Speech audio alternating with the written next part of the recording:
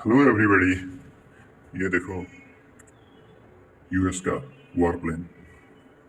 ये 1970-80s का है, लेकिन अब भी सर्विसेबल है। इसको मॉडिफाई करके इन लोगों ने कितना सुंदर बना दिया। इसमें नए नए हथियार डाला, नए रडार सिस्टम लगाया और एक घातक वॉर प्लेन बना दिया। इन लोगों के पास जो टेक्नोलॉजी है वो हमारा पास है नहीं, और ये टेक्नोलॉजी हमें देगा भी नहीं। देखते ही पता चलता है हमारा देश इन लोगों के टेक्नोलॉजी से अब भी 100 साल पीछे भाग रहा है। ये लोग हमसे करीब 100 साल आगे है। ये एविएशन सेक्टर में, डिफेंस सेक्टर में हमारा कंप्लीट डिफेंस सिस्टम और कंट्री के ऊपर डिपेंडेबल है। हम खुद नहीं बना सकते। जो रशिया वाला है यह हमें थोड़ा हेल्प करता है ये सब बनाने में, लेकिन अमेरिका हमसे सब कुछ छुपा के रखा है। वो हमें जो देना चाहता है वो करीब 50 साल पहले वाला जो टेक्नोलॉजी है वो हमें दे रहा है, लेकिन नई वाला नहीं दे रहा है। अगर उनसे एक वॉर प्लेन हम खरीदेंगे तो उस वॉर प्लेन का कोड जो जनरेट होता है जिससे ये वॉर प्लेन उड़ता है वो अमेरिका के पास ही रहेगा, और टेक्नोलॉजी भी नहीं देगा। वो चाहे तो प्लेन को उड़ा भी सकते हैं, ना चाहे तो आप प्लेन उड़ा नहीं सकते, क्योंकि आप लोगों का मर्जी से वो प्लेन आप नहीं उड़ा सकेंगे। ऐसा कोई चलता है क्या? हमारा ऊपर कोई अगर अटैक होगा, एक प्लेन लेके हम कुछ नहीं कर सकेंगे जब तक अमेरिका परमिशन नहीं देगा। ऐसे हमारा हालत है आजकल। उस सेक्टर में हमारा तरक्की भी हुआ है, आईटी सेक्टर में, मेडिकल सेक्टर में। और एक बात है, ये जो मोबाइल टेक्नोलॉजी जो होता है, सेल फोन का, स्मार्टफोन, ये हमको ये टेक्नोलॉजी मिल गया, मॉडर्न टेक्नोलॉजी हमें मिल गया, लेकिन ये डिफेंस सेक्टर का टेक्नोलॉजी हमारे पास बिल्कुल नहीं है। और एक जो डीटीएच था वो भी मॉडर्न टेक्नोलॉजी था, लेकिन आजकल स्मार्टफोन की वजह से वो डीटीएच भी धीरे धीरे गुम होता जा रहा है। उसका जरूरत है नहीं आजकल।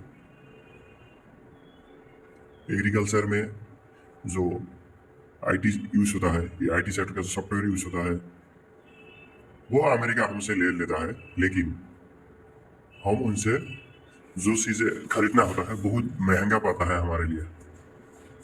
इसलिए हम उनसे सब चीज खरीद भी नहीं कर सकता। उन लोगों का प्लेन का टेक्नोलॉजी देखो, हथियार देखो कितना सुंदर से मेंटेन हुआ है।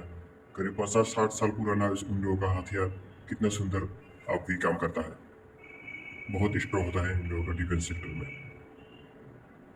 ये जो प्लेन हमारे पास जो एक तेजस प्लेन बनाया वो भी इन लोगों ने ऐसा बना दिया, ऐसा कह दिया इनके बारे में, क्या कर दिया पता नहीं, उसको भी इन लोगों ने कॉन्डेम कर दिया। एक तरफ का कोई देश खरीद नहीं रहा है, क्योंकि कुछ तो बोल दिया होगा, इससे ऐसा होगा ऐसा होगा, वो एयर शो में क्रैश हो गया और भी इमेज खराब हो गया। इन लोग का इतना पुराना फाइटर जेट प्लेन कितना सुंदर से आप भी काम कर रहा है, मेंटेनेंस हो रहा है।